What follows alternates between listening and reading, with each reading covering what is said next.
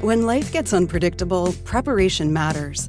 In medicine, it's all about staying alert, ready for whatever comes through the door. On the road, it's no different. That's why Volvo designs vehicles to help anticipate risk, reduce harm, and protect lives. The Volvo XC90's advanced safety systems inspire confident decisions wherever the road takes you. The Volvo XC90, for life. Proud sponsor of the Pit Podcast. Learn more at volvocars.ca/safety.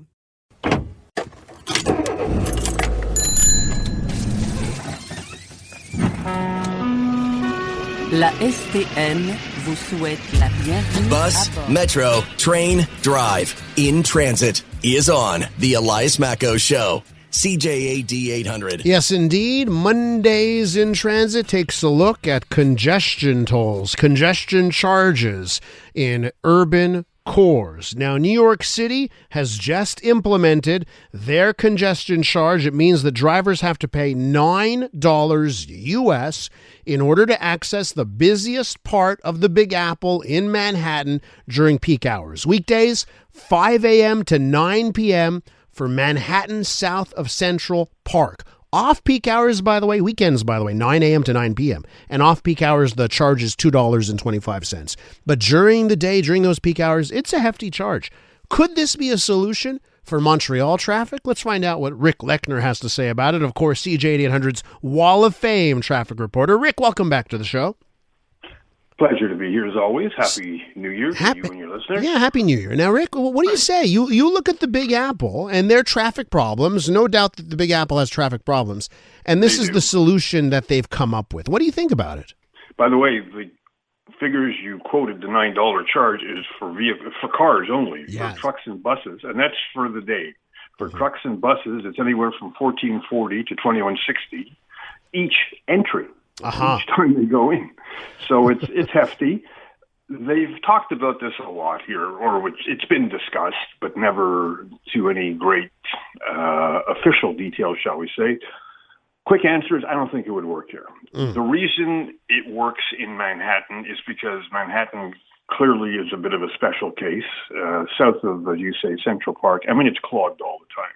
Our congestion in downtown Montreal, I'll be slightly sarcastic, if you can get to downtown Montreal, is not as severe. And so you can do congestion pricing in a clearly defined area, a quadrilateral. For example, downtown Montreal, if they were to consider it, I'd say from Sherbrooke to Wellington and from Atwater to Boulevard Saint Laurent. But it's not, I mean, there are times of the day when it's busy, but I don't think it's that busy.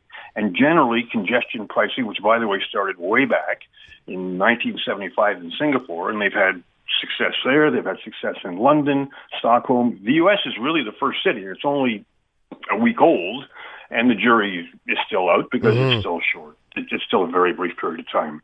Even on our highways, some places do have congestion pricing, Elias, on expressways, highways, thoroughfares.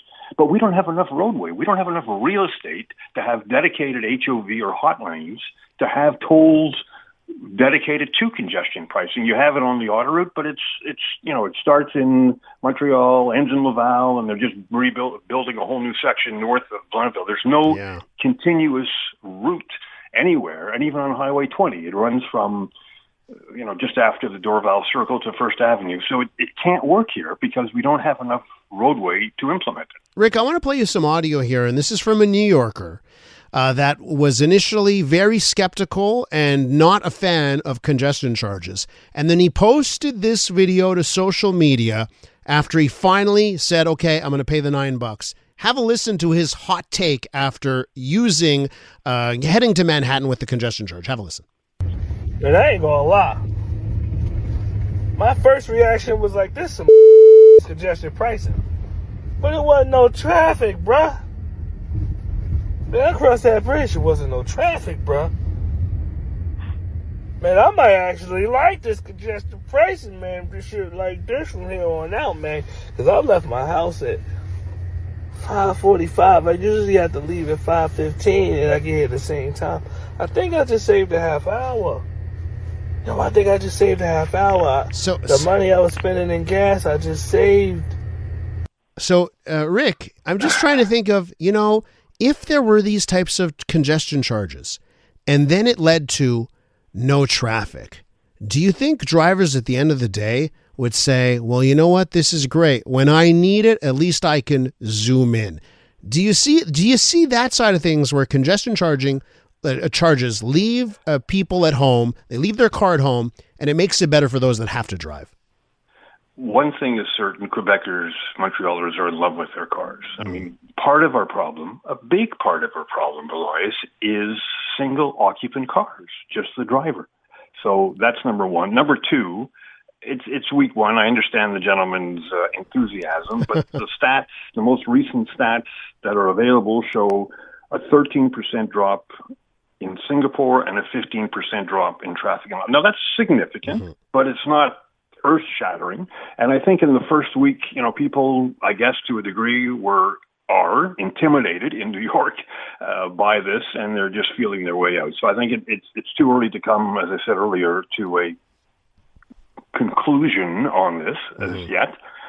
Would it help? Yes, but I don't think we really have the stats that warrant it downtown, and I think it still has a lot of opposition. Even the president-elect is threatening to nix it once he gets into power next week, which I'm not so sure he can. But there's still a lot of that opposition to what's gone on in New York City, and I suspect it would be similar here. And I should point out, right, I think they had tried to impose this congestion charge, and they went back. The governor of New York actually went back. Correct. It was supposed to be $15, right? And it was supposed to be back earlier, I believe, last summer. So yes, you're absolutely correct. So I mean, there's always that pushback here. But I guess, Rick, last night I went to the Bell Center for the Seinfeld Jim Gaffigan show, right? Oh, and there's always going to be big events, downtown core. There's always going to be traffic. And how did you go, may I ask? Well, we took Uber. Okay. Yeah, that's what we decided to do. There was 5 of us, so we got into an Uber XL and just took one vehicle into the downtown core. And yeah.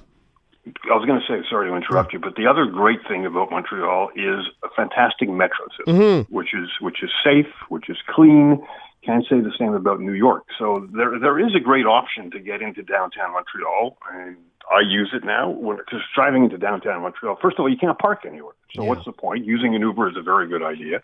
But we have a great metro system. So it's a concept that has been floated and used. Istanbul has the worst traffic in the world. Okay, and they don't yet have congestion pricing. They're looking at it, but it hasn't yet been put in place.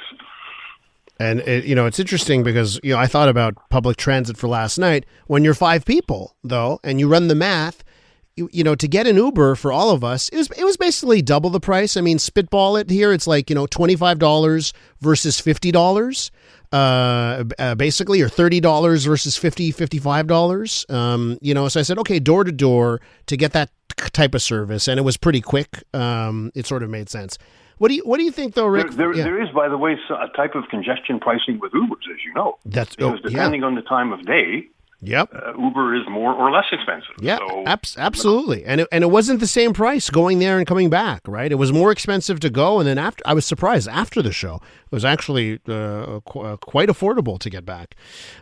Okay, Rick, listen, just one last thing. Do you think the folks in Projet Montreal are looking at what they're doing in New York and saying, we should try that? I don't know for certain. I don't think so, but I don't know for certain. And look, we should look at everything that might mitigate the traffic in the city, but we've got so many things we can do to manage traffic properly, which they don't, like synchronized traffic lights. I'll take 30 seconds to tell you what's going on in the west end of the city.